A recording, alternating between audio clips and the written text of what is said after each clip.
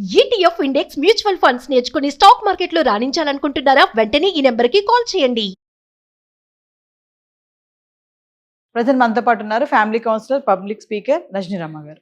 నమస్తే మ్యామ్. నమస్తే నవీన. మేడం, మనం రిలేషన్షిప్ మీద కొన్ని వీడియోస్లో మాట్లాడుకుంటున్నాం కదా. అయితే కొంతమంది భర్తలు సంబంధం లేకపోయినా అనవసరంగా కూడా భార్యని తిట్టడం కానీ నిందిస్తూ ఉంటారు. అంటే ఆమె తప్పు లేకపోయినా నేను ఇక్కడ నేను హస్బెండ్, నేను మగాడిని అన్న అదొకటి ఈగో ఉంటుంది కదా. ఏం తప్పు ఉండదు, అయినా సరే ఆమెని అనడం అంటే నేను మాట్లాడేదానికి నువ్వు కట్టుబడి ఉండాలంతే, నువ్వు నోరెత్తొద్దు అనే ధోరణిలో ఉంటారు కొంతమంది. ఎందుకంటారు అసలు అలాగే? భలేవాళ్లే మీరు, నోరెత్తకపోయినా నువ్వే అంటారు. అప్పుడేం చేస్తాం? ఇవి నిజంగానే ఇది రీసెర్చ్ చేయాలి దీని మీద. కారణం ఉండదు అసలు అక్కడ. అయినా సరే నీ వల్లే. ఏంటంటే చిన్న ఎగ్జాంపుల్ చెప్తాను. ఫోన్లో ట్రాన్సాక్షన్ ఏదో జరుగుతుంది, వాళ్ళకి కన్వర్జేషన్ మాట్లాడుకుంటున్నారు, మనకు తెలియదు మాట్లాడుతున్నారని. మనం గబుక్కుని వెళ్ళి మరే అనేదని చెప్పామనుకో, ఫోన్లో మాట్లాడుతున్నారు, మనం వెనక్కి వచ్చేస్తాం. తర్వాత ఏమవుతుందో తెలుసా? నీ వల్లే అక్కడ నేను ఏదో చెప్పాలనుకున్నాను మర్చిపోయాను, లేకపోతే నీ వల్లే నేను అక్కడ అలా మాట్లాడాల్సి వచ్చింది. ఆవిడ వల్ల కాదు, నీకేం బుర్ర బుద్ధి పని చేయటం లేదా కదా? నువ్వేం మాట్లాడాలనుకున్నావు అది మాట్లాడాలని ఆ మాట మీద నువ్వు నిలబడకుండా మాట్లాడుతున్నావా వాళ్ళతోటి? మధ్యలో గాలి వచ్చింది, ధూళి వచ్చింది అని చెప్పి నీ వల్లే గాలిని ధూళిని అనమానని చూద్దాం, భార్యనే అంటారు. చిన్న చిన్న విషయాలకైనా పెద్ద పెద్ద విషయాలు ప్రతిదానికి. ఇప్పుడు దారిలో చొప్పు దిగింది అనుకోండి ఫర్ ఎగ్జాంపుల్, అది కూడా భార్య అంటాడు. అంటే మూర్ఖులు అనాలి అలాంటి వాళ్ళని. ఇంకా చెప్పాలంటే అసలు దేంట్లోనే ఇన్వాల్వ్ చేయడు భార్యని. ఒక ఇంట్లో ఒక పని మనిషిలాగా చూస్తూ ఉంటాడు. ఇంట్లోకి ఏదన్నా కావాలంటే కూడా ఆయన తెచ్చే వరకు దిక్కు ఉండదు. మరి ఆవిడకి అనారోగ్యం చేసినా సరే హాస్పిటల్కి తీసుకెళ్ళాడు. తర్వాత ఆవిడకి మంచి చెడ్డ సంరక్షణ ఏమీ చూడడు. తనకి ఏదన్నా వస్తే మాత్రం ఇమీడియట్గా అన్నీ చేయించుకుంటుంటాడు. శుభ్రంగా రోజు మంచి మంచి బట్టలు వేసుకెళ్ళడము, తనకు కావాల్సిన రిక్వైర్మెంట్స్ అన్ని తను చూసుకోవడము, ప్రతిదీ అనమాట. ప్రతిదీ. ఫర్ ఎగ్జాంపుల్ ఇంట్లో టీవీ పాడైతే టీవీ బాగు చేయించడం, మిక్సీ పాడైతే మిక్సీ బాగు చేయించడం. మరి ఇవన్నీ నీ వల్లనే అనాలిగా. ఇప్పుడు వస్తువు అన్నాక పాడవకుండా ఉండదు, మరి బాగు చేయించాలి నువ్వు. మరి బాగు చేయించడం ఎందుకంటే అసలు మనసులో ఉద్దేశం అంటే రోట్లో రుబ్బి నాకు వంట చేయి, రోట్లో పచ్చడి చేయి, రోట్లో నువ్వు పిండి రుబ్బి దోశలే, రోట్లో రుబ్బి గారెలే అంటాడు. అది ఒక సర్టెన్ ఏజ్ దాటిపోయిన స్త్రీలకి ఓపిక ఉంటుందా చెప్పండి? ఇంకా 60-70 ఏళ్ళు వచ్చిన స్త్రీలకు కూడా ఇలా ట్రీట్మెంట్ ఇచ్చే మొగుడుగాళ్ళు ఉన్నారు అక్కడ. అలా అనుకుంటే తప్పుగా అనుకుంటే నేనేం చేయలేను. ఉన్నారా లేదో ఒప్పుకోండి. కాబట్టి ఉన్నారు కాబట్టి ప్రతిదానికి. ఇంటికి ఎవరైనా వస్తారండి, వస్తే అంతా నీ వల్లే. ఈ డైలాగు నాకు పరమ ఎలర్జెటిక్ డైలాగ్ నా లైఫ్లో. ఇది విన్నాను ఎక్కడన్నా. అంటే నీ వల్లే లేకపోతే అంతా నీ వల్లే, పెద్ద తేడా లేదు రెండింటికి. ప్రతిదానికి అంతా నీ వల్లే ఎలా అవుతుందండి?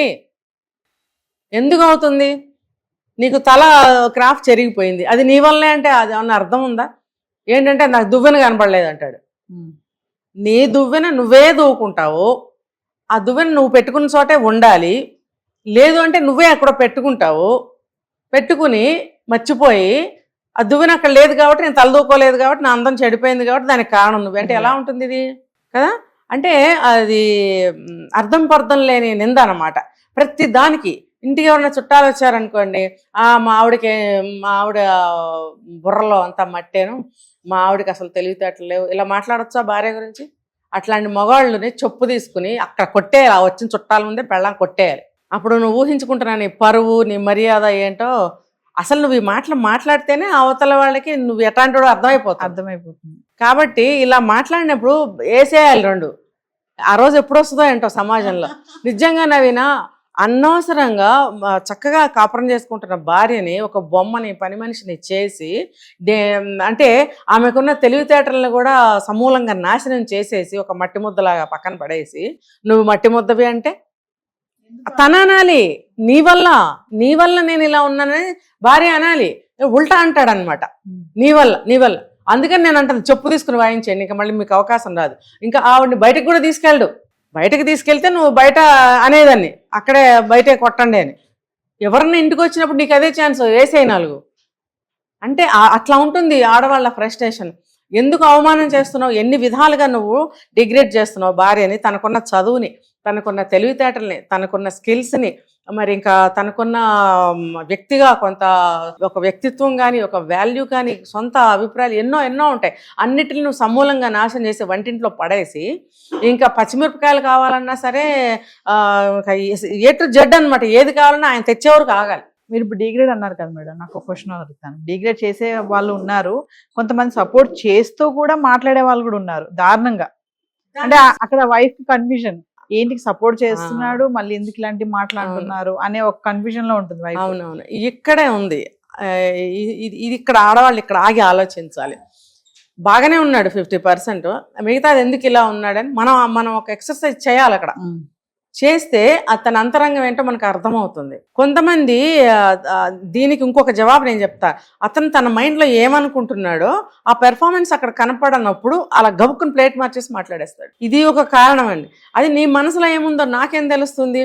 అయితే కొన్ని సంవత్సరాలు జర్నీ చేస్తే కనుక అతని మనస్తత్వం మనకి కొద్దిగా ఇంతన్నా అర్థమవుతుంది.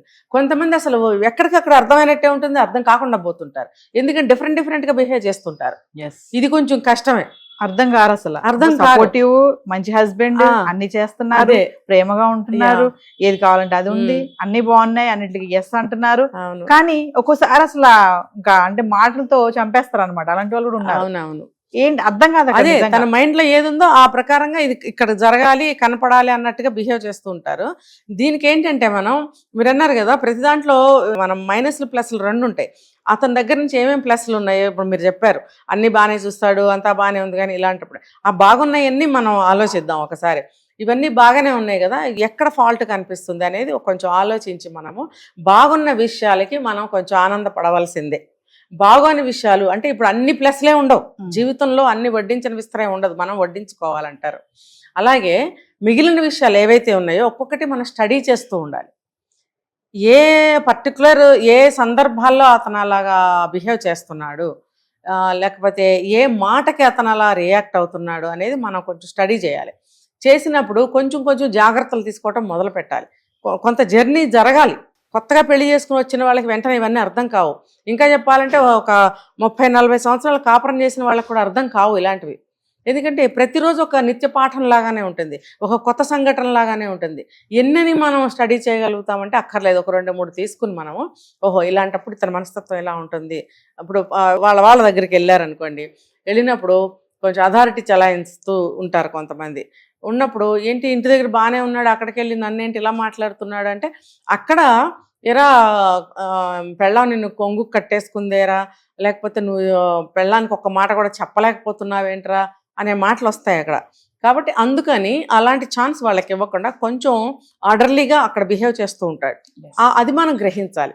గ్రహించి కొంతకాలం కొంచెంసేపే కదా మనం పట్టించుకోవద్దులే అనుకుంటే సరిపోతుంది. అంటే అలా ఇంటికి వచ్చిన తర్వాత మొగుడికి మొట్టికాయలేమని కాదు నేను అనేది. ఎవరికి ఇవ్వాల్సిన గౌరవం, ఎక్కడ ఇవ్వాల్సిన గౌరవం అక్కడ ఇవ్వాలండి. ఇప్పుడు మన భర్తలే మన ఇంటికి వెళ్ళాం అనుకోండి, నీ భర్త చాలా బాగా చూస్తున్నాడు అని మన పుట్టింటి వాళ్ళు అంటే మనం ఎలా పొంగిపోతాం. అలాగే వాళ్ళ ఇంటికి వెళ్ళినప్పుడు వాళ్ళ కోడలు కూడా వాళ్ళ కొడుకు అనుకూలంగా ఉంది అని అంటే వాళ్ళు కూడా సంతోషిస్తారు. ఇది తెలుసుకోకుండా మనం ఖచ్చితంగా ఇలాగే ఆలోచిస్తాం, ఇంటి దగ్గర బాగానే ఉన్నాడు ఇక్కడేంటి ఇలా ఉన్నాడని. ఇలా ఉంటుంటాయి అన్నమాట వాళ్ళ మనస్తత్వాలు. ఉన్నప్పుడు ఆ సందర్భాన్ని సమయాన్ని బట్టి మనం కొంచెంసేపు సైలెంట్ అయ్యి ఇది ఎందుకు ఇలా మాట్లాడాడు అనేది మనం కొంచెం ఆలోచించగలిగితే సమాధానం కొంతకాలానికైనా ఒక 4-5 ఏళ్ళు అయిన తర్వాత అయినా అర్థం అవుతుంది. మనం అర్థం చేసుకునే ప్రయత్నంలో కొంత సైలెన్స్ వహించాల్సిన అవసరం ఉంది. లేకపోతే ఏమవుతుందంటే బాగానే చూస్తున్నాడు కదా, అనవసరంగా మనకేదో ఇంత పెట్టారు, మనం అది ఇంకా కావాలంటే రాకపోవచ్చు అక్కడి నుంచి. అలాగే ఈ మిగతా 50% మీకు రావాల్సిన, మీరు కోరుకున్న విధంగా అతను ఉండాలి అని అంటే అతను కోరుకున్న విధంగా కూడా మీరు ఉండాలి. Thank you.